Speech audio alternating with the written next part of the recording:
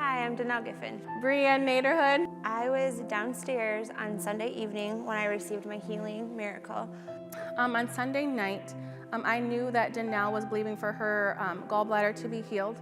We had talked about if you were downstairs or if you were serving in any helps ministry receiving your miracle, and I had stated that I needed a miracle for my gallbladder.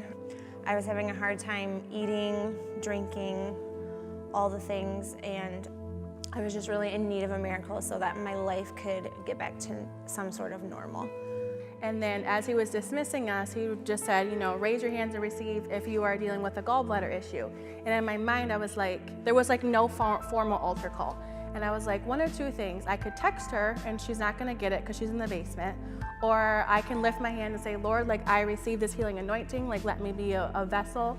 And I just ran out the door and down the stairs and said, hey, he just said, if you're dealing with gallbladder issues, raise your hand and receive it. And she told me to raise my hands because she had the anointing for my healing, and she prayed over me.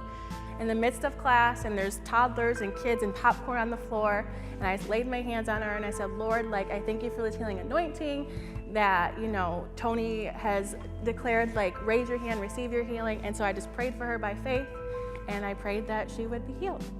And then instantly afterwards, I went into the kitchen and ate some of their soup.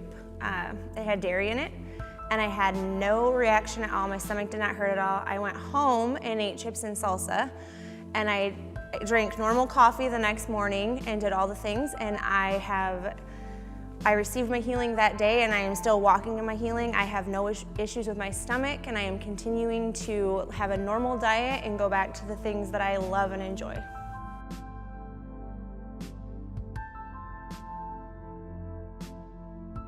If you're serving in a ministry while you're here, God will still give you your miracle. I know it can be disheartening, and you want to be up here and you want to be in the services and you want to get everything out of it.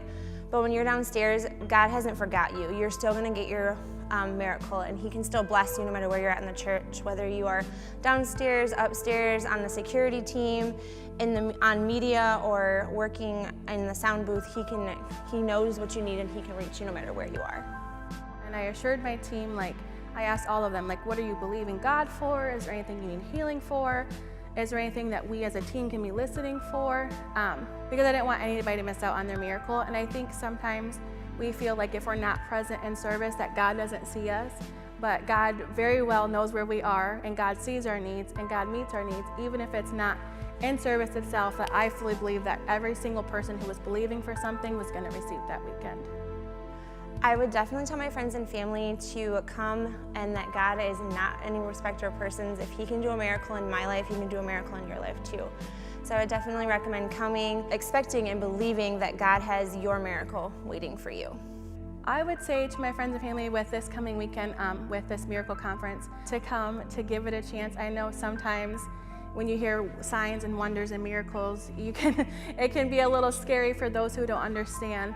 But I would just say, come and be a part and join and allow, God to either minister to others and just bear witness, or even to yourself. I would say get here, see what God's power can do, see what the anointing can do, see what healing ministry can do, and you will be amazed.